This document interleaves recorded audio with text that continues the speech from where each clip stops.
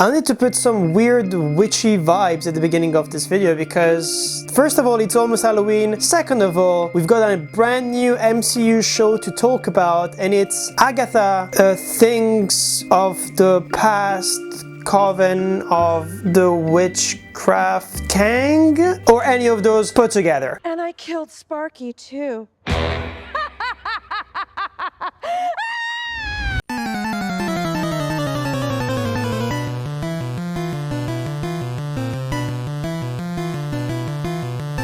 No! God, please, no! No! Welcome back to Torn Apart, and today we're talking about Agatha All Along. It was a show that I had zero expectations for. In fact, I've been complaining for almost 3 years about the fact that this show was getting greenlit before so many more interesting shows. I'm gonna try to stay focused as much as possible and give you a little bit of an introduction instead of jumping straight into it, but I'm gonna tell you first of all that I liked it.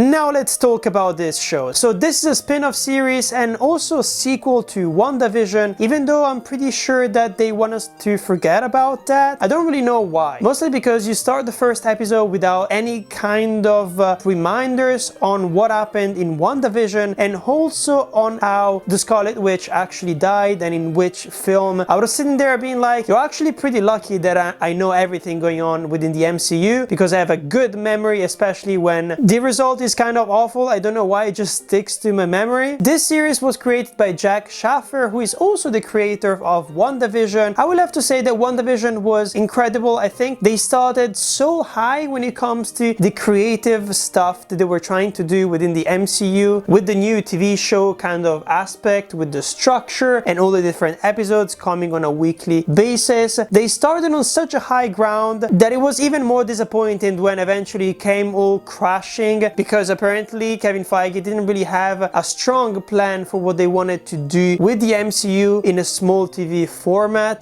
That's also why I think this year we only got 2 series and basically no movie at all for the time being, unless of course you count Deadpool and Wolverine, which is kind of like a side kind of movie. It's not really one of those films that you sit there being like, oh, this is the MCU that I know. Am I right? The last time we were here, we watched Echo. We talked about Echo a couple of months ago. Well, months ago at the beginning of this year, so it's been quite a long time since I talked about an MCU project, so I'm quite excited. When I heard that Jac Schaeffer was coming back to create this series, my expectations were almost the same, mostly because it really felt like Disney was trying to kind of grasp at anything possible within the universe and giving us all these kind of side quels that we didn't really ask for. There are so many incredible characters within the comics that it's weird that we diving back in with Agatha Harkness, who is a character that kind of became, I'm not gonna call it iconic, but it became interesting in the last few episodes of WandaVision. So, you know, she didn't really get that time to shine, especially from our perspective as the audience, because of course she was an interesting character overall within the series, but it's just that she didn't reveal to us her backstory and what her intention was until the very end, so we didn't really get that much time with her. So this entire series is gonna be about her, of course, and if you'd like to know a little bit more about it, maybe because you know nothing about this series and you want to know whether it would be your kind of thing, let's jump into the synopsis. 3 years after being trapped in the town of Westview at the end of the miniseries WandaVision, the witch Agatha Harkness escapes with the help of a goth teen who wishes to face the trials of the legendary witch's road. Without her magical powers, Agatha and the teen form a new coven of witches with which to face the trials while contending with some of Agatha's old enemy. To be honest, I am a sucker for witches. I am a sucker for coven of witches in particular, and those kind of films and TV shows as well. I grew up, of course, watching and loving the TV show Charmed. I love the movie The Craft as well, Hocus Pocus, and all of those kind of like Disney-fied witchcraft movie. I even love Casper and Wendy, just to tell you how much of a sucker I am for these kind of things.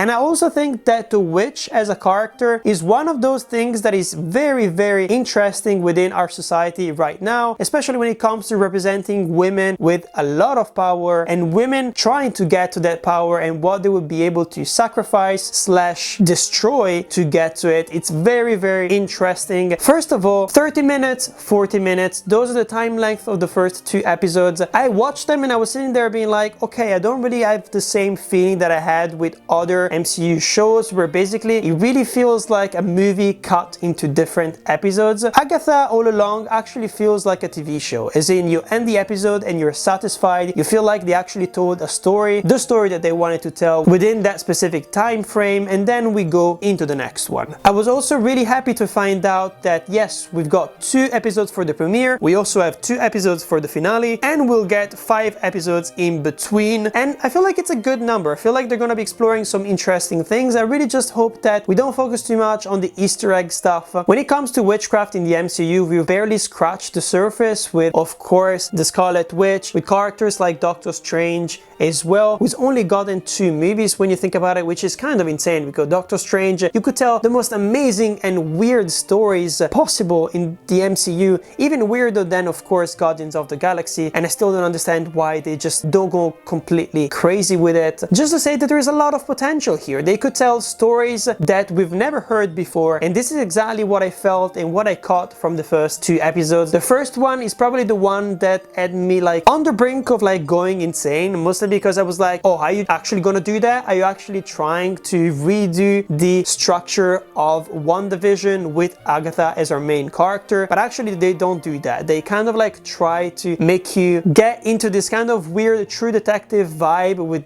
a new version of Agatha who doesn't seem to know that she's into the simulation that Wanda was controlling. And after Wanda's death, by the way, this simulation basically starts, well, getting a couple of glitches, and thanks to some other characters who are actually real and they manage to get into that specific simulation, she manages to come out. And I was actually pretty happy to find out that they managed to stick all of that plot stuff into one episode and that we immediately jump into reality and basically the hook of this show by the end of this episode as well. This is 30 minutes of really tight, well done television, and I'm quite happy, to be honest. I'm quite satisfied with it. I think also that visually it worked quite well. I think that the parody thing of True Detective worked. It was not, of course, as compelling to watch as what they did with WandaVision, of course, jumping through different time frames. Also because we knew that this was not gonna last that much, so I was not really into the simulation as much as probably they wanted us to be into it. It is kind of like gloomy, especially when it comes to Agatha discovering that Scarlet Witch has actually died and her being confronted with her corpse as well, even though we don't get to see her face. But I think it's a good thing that we don't get to see her face, and they didn't actually tell Elizabeth Olsen to come back just for a weird cameo where she would be just lying there. I feel like it makes it more horrific. It gives us a different vibe that works really well with this show. And then we jump into the second episode, which is even more interesting. Once again, we're going fast from scene to scene. Now she has a goal because she's trying to escape from basically this villain who is played by the really good actress that I love from Parks and Recreation, and from other people that are trying to hunt her down because she doesn't have the darkhold anymore, and now she wants to get her powers back, and the only way to do that is to create a coven of witches. So within the second episode, she goes around scouting for these potential witches. Some people might argue that did it almost too fast, that it was so easy to do, but I think that I liked her explanation, being that when you're trying to create a coven and you immediately find one of your familiars already, it means that they're all around us. I really like when they try to actually use mysticism and these kind of legends, the lore basically, to actually enrich the plot that we have here, especially because it would be really easy to do contemporary witches wrong, to make them into like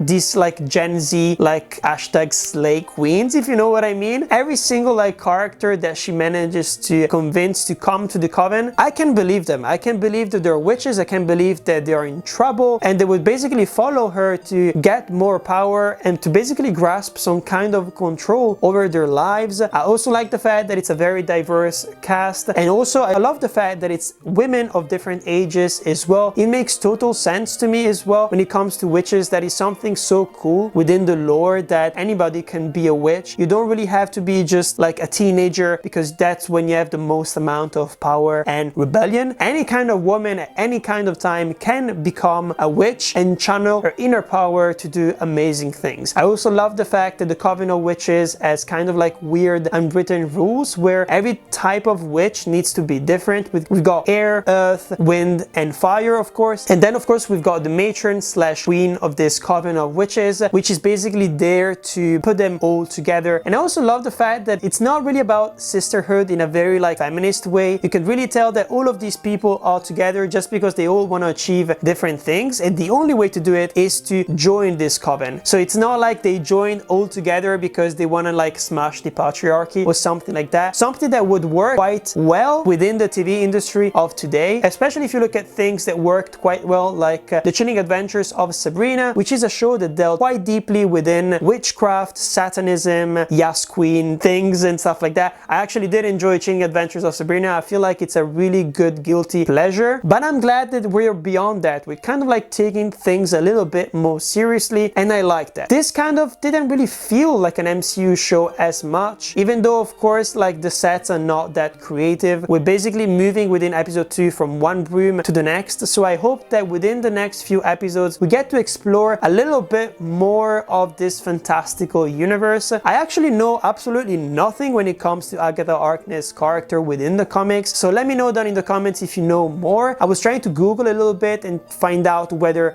she was a villain or a hero, and she actually becomes a hero at some point in the comics, and she creates like different kind of like covens of superheroes where basically you have people like Shuri joining up, you have people like Black Widow joining up, you have people like Spider-Woman joining up as well. So not necessarily just magic wielding people. I don't want any of that, by the way. I would actually love for Agatha Harkness to be this kind of like ambiguous figure where she just hangs out with people who have power, and specifically magical powers. I feel like this is what we have to head towards when it comes to the MCU. I'm kind of done with realism. I'm kind of done with trying to be, well, too funny, too self-aware. I want them to take themselves seriously. I want more things like Guardians of the Galaxy. I want more things like Doctor Strange in the Multiverse of Madness without the cameo stuff. I basically want more magic. I want more fantastical things going on so that we can lose ourselves once again within the MCU as like a universe that makes us like dream, basically. I want more science fiction. I want more horror. Like Werewolf by Night, for example, was a really good example of how you do something that doesn't even look like an MCU film anymore, and then of course they had to go back to it and do Werewolf by Night in color, which is the dumbest thing ever. I really don't understand why they would do something like that, but in the future I want the MCU to actually be weird. So that's why I was actually happy to hear that the Fantastic Four movie is gonna be like very 60s, and I'm pretty sure by the end of it they're gonna be thrown in the future for the main characters that we know within the MCU nowadays so that they can meet and stuff like that. If you look for example at Captain America Brave New World, that is exactly the type of MCU movie I don't want to see anymore. I'm not interested in that kind of stuff anymore. And if you've seen me critiquing the MCU, you know why. I don't want to be on Earth anymore, and if I'm on Earth, I don't want it to look like Earth. That's why I enjoyed Eternals so much as well, because most of it was just so incredibly well shot in this incredible large landscapes, a lot of natural lighting as well. It just didn't really feel like an MCU movie, and that's what I want for the future. If I'm trying to guess where Agatha Harkness is going, it's really hard. It could go either way. It could go the Moon Knight way, where they try to rush things so much, they try to hint at different types of cool lore. Maybe they introduce some weird CGI characters that like are there just for comic relief.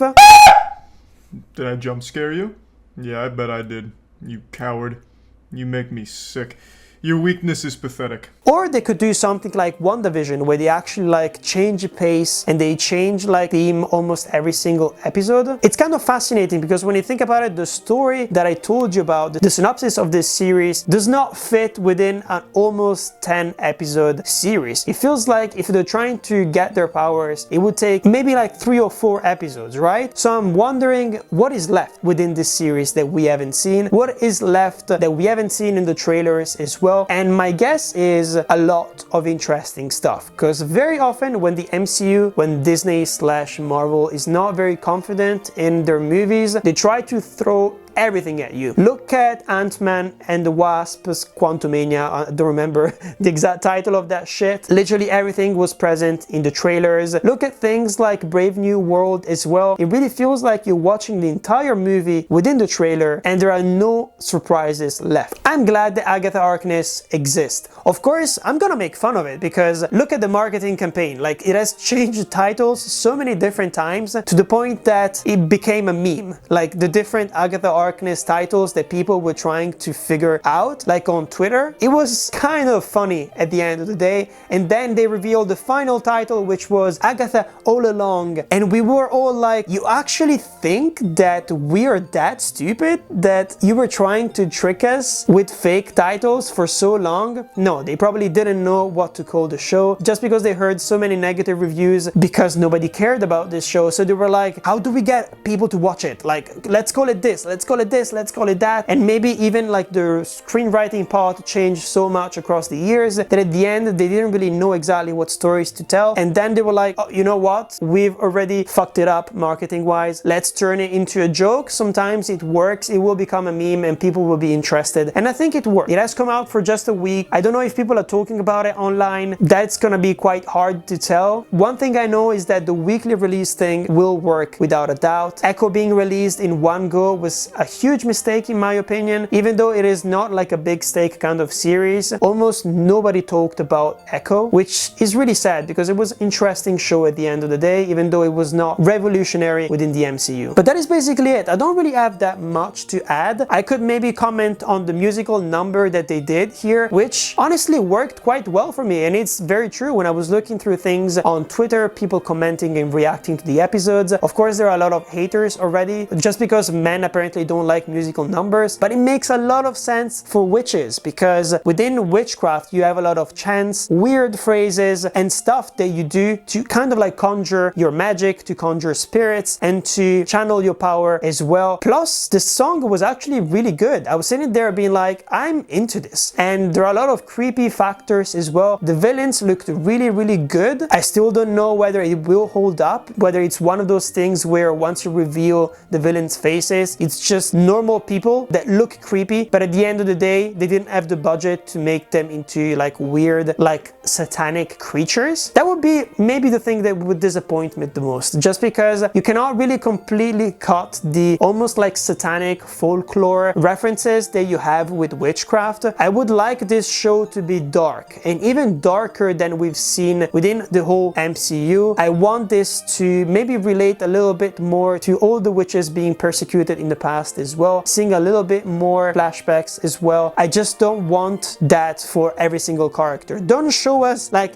the backstory of every single character so that we get to identify with them. Like, honestly, do it in a smart way so that we get to know these characters and fall in love with these new witches just because of what happens to them in the present. So that's gonna be my theory. If they go into flashback mode, the series will suck without a doubt. If they don't put the budget and create like creatures and create links to kind of like satanic things as well that are linked to witchcraft, it will probably be really bland and it will feel like a Disney Plus, even a Disney Channel show. It will fail. If actually they don't have that much stuff to tell, or if they manage to get their powers too fast and then they don't really know what to do with them, the show will fail as well. It's really hard to tell. Usually I've been making these videos where I try to understand where the series is going, but this time around it could go either way. But I'm pretty sure you have all the knowledge possible to figure out by yourself if this is gonna be a failure or if this is gonna be a success. And if it is a success, I hope that they get the good messages from it, that we need more magic, we need more fantastical stuff, more weird things that don't really look like boring action spy dramas that we could get with any other series out there, right? I hope you liked this video. By the way, here down at the bottom, as usual, I'm gonna be putting other videos where I talk about the MCU review, the different shows, the different movies, of course, Deadpool and Wolverine as well, just in case maybe you missed that video. And here at the top, I'm gonna be putting the topic of next video. If I'm not mistaken, it should be about the Palme d'Or winner that I got to see at the premiere just a couple of weeks ago here in Paris. It was a very interesting thing, and I'm pretty sure that my American audiences will love it, mostly because this will be one of the very first reviews of Anora out there. Don't forget to smash that like button, because every single time that you do that, you add yet another title which sounds like a meme for the Agatha Harkness show. Can I count on you? What if we call it Agatha Harkness and the Fire of Doom? The Goblins did it. That's it. That's the entire title. Would you watch a show that is called like that? Honestly, maybe I would. Why not? Let me know down in the comments actually your best ideas for weird Agatha Harkness titles, the ones that maybe you had a couple of months ago and you wanna rehash them so that we know that you called them on Twitter or whatever. Anyways, I'm Patrick and this is Torn Apart. Back in the 90s, I was in a very famous TV